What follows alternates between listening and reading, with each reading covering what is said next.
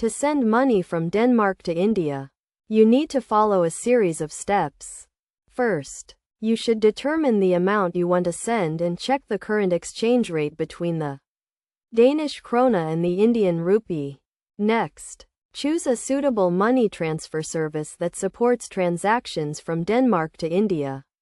Popular options include banks, online money transfer services like TransferWise, PayPal, and WorldRemit, as well as traditional money transfer services like Western Union and MoneyGram.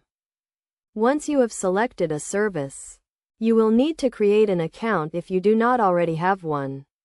This typically involves providing identification documents and contact information. After your account is set up, you can initiate the transfer by entering the recipient's details, including their name, address, and bank account information in India.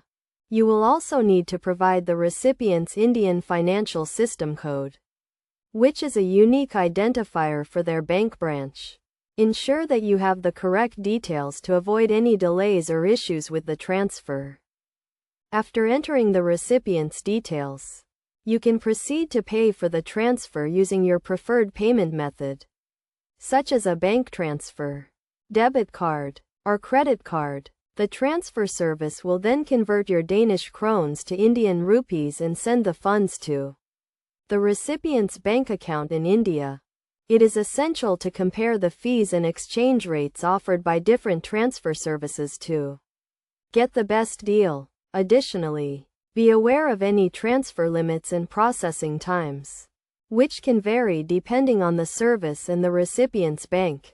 Finally, once the transfer is complete, you will receive a confirmation, and the recipient will be able to access the funds in their bank account.